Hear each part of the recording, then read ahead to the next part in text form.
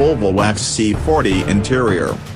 Applying the same themes and approach that brought us the airy, lounge-like interiors of the XC90, XC60 and V90 to a class whose last words on cabin sophistication have thus far been the Audi Q3 and Range Rover Evoque has delivered an interior for the XC40 that looks and feels luxurious, expensive, informal and very pleasant.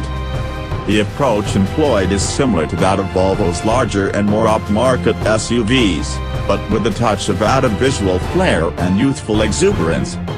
The car's stylized, narrow air vents flanking the Sensus infotainment system and its patterned dashboard decoration foils, which reflect the light in the daytime and are backlit in the same pattern at night, draw the eye and invite it to linger.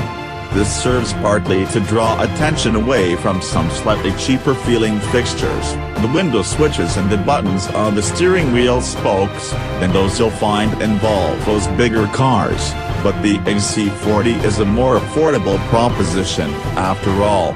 Even allowing for their presence, then, you won't feel as though you're being shortchanged as far as quality is concerned.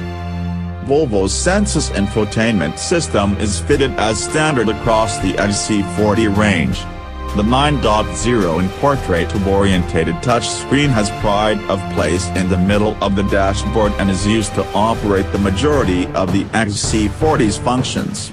These include the entertainment, satellite navigation, heating, ventilation, air conditioning and vehicle settings. A row of buttons sits beneath the screen, providing quick access to the volume, heated windscreen and heated rear screen. That display screen itself is clear and responsive enough, and also relatively easy to fathom, but the absence of physical buttons for features such as the climate control is a bit of a pain because altering settings while on the move does require you to take your eyes off the road. Although the switch-gear light approach does lend the cabin a clean-looking, decluttered design, you can't help but feel that Volvo may have ever so slightly placed form above function, at least until you're used to working the touchscreen intuitively. At any rate, space is good, too.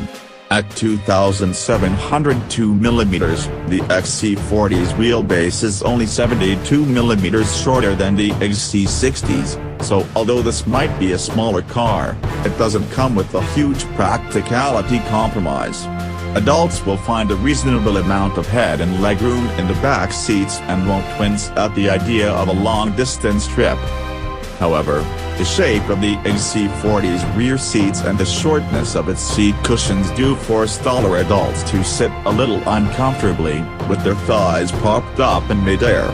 Thankfully, this being the kind of SUV in which the back seats will be more commonly occupied by teenagers and kids, we needn't dwell on that, except to note that several similarly sized SUV options have more comfortable second rows. The XC40's 432-liter boot, meanwhile, will swallow a couple of suitcases without any trouble, but it's hardly generously sized by class standards. A Volkswagen Tiguan is almost 50% larger. Still, it's certainly a deep, intelligently laid out and useful carrying space, with retaining straps, a flat floor, an underfloor storage area and a power outlet. Our test car also featured a retaining partition net, allowing you to prevent high stacked loads from sliding forwards into the cabin.